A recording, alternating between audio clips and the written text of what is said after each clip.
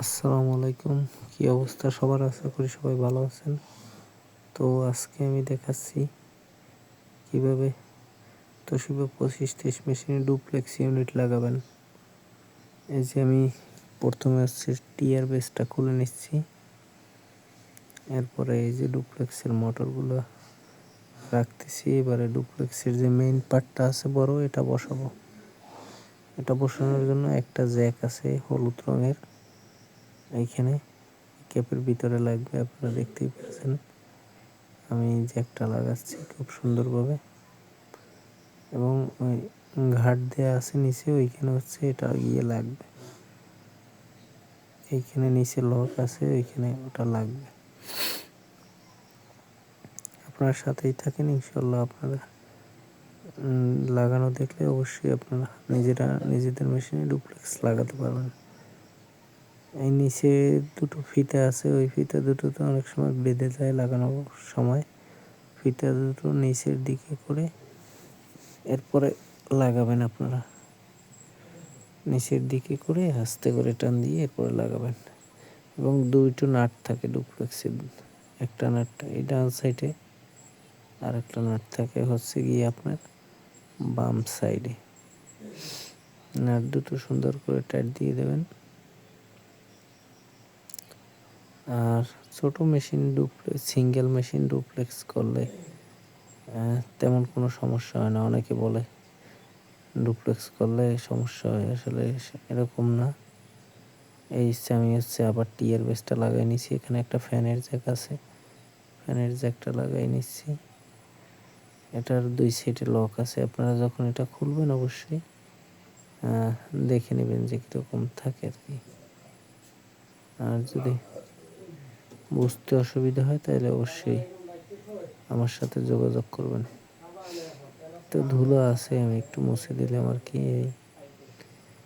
এরপরে হচ্ছে আপনার এই যে একটা স্কেল থাকে, হিটার ইউনিটে লাগবে। এই স্কেলটা লাগাইতে হবে। স্কেলটা ঘুরবে, উল্টো হবে, আমি উল্টো দিকে রেখেছিলাম। স্কেলটা নিচ দিক থেকে উঠিয়ে উপরে চাপ দিলে লেগে যাবে। স্কেলটা একটা নাট থাকে মাঝখানে একটা নাট লাগাই দিলে হয়ে যাবে। এরপর আমি এই বাইপাস লাগিয়ে নিলাম। মেশিনটা ঘুরিয়ে হচ্ছে পিছন খুলে নেব। পিছনে মোটর লাগাতে হবে। ডুপ্লেক্সের পিছনে দুটো মোটর থাকে। আমি হচ্ছে ব্যাক কাভারটা খুলে নিচ্ছি মেশিনের, আপনারা দেখতেই পাচ্ছেন। এই যে আমি খুলে নিচ্ছি।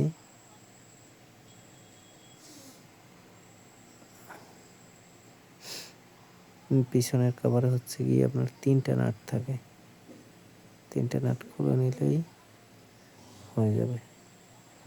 বাম দিকে টান দিয়ে কাভারটা খুলতে হয়। এরপরে এই যে আপনার উপরের অ্যাডুয়েটার, ওটা বাদ দিয়ে দিতে হবে, কারণ যেহেতু এটা ডুপ্লেক্সে আপনার অটোমেটিক কপি ব্যাগ নিয়ে আবার বের হয়ে যাবে। আমি কর্নারের কাভারটা খুলে নিচ্ছি। এটাতে একটা নাট থাকে। এরপরে এই যে 3 গিয়ারওয়ালা মোটরটা, এটা লাগবে। কোনো কিছু জোরে চাপাচাপি করা যাবে না, এমনিতেই লক বসে যাবে।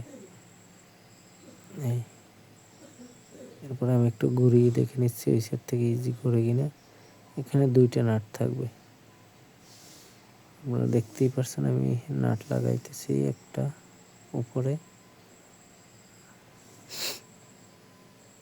আর একটা লাগাচ্ছি হচ্ছে গিয়ে আপনার নিচে।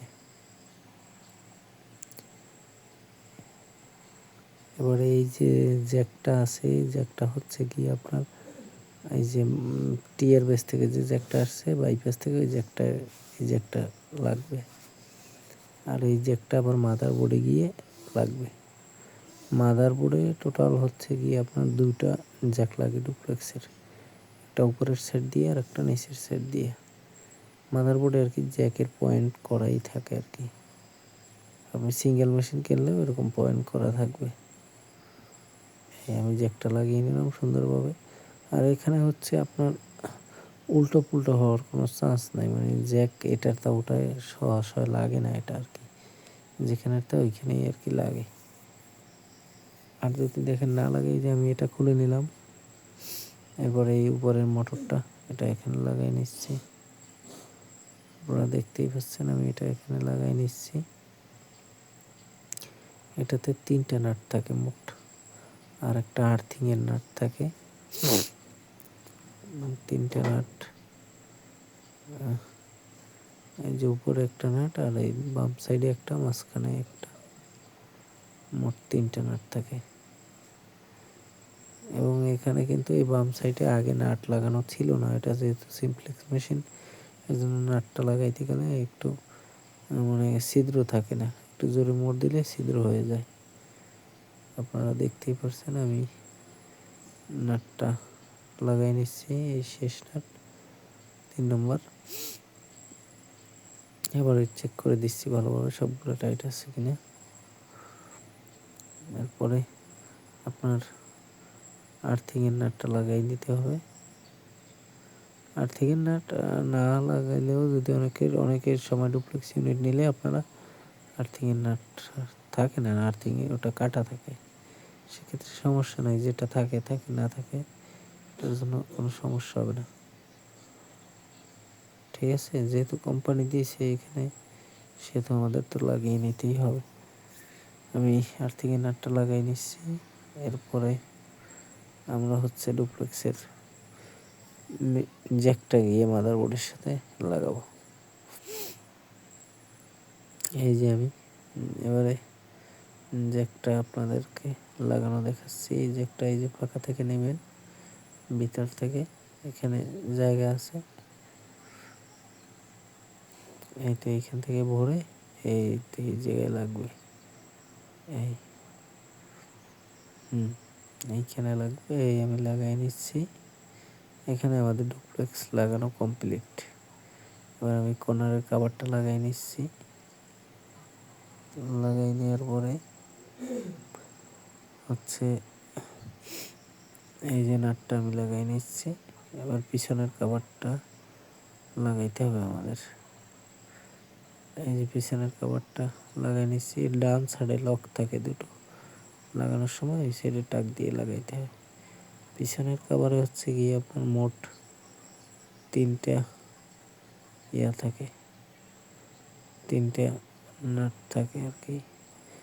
3টে নাট লাগাই দিলেই ইনশাল্লাহ হয়ে যাবে।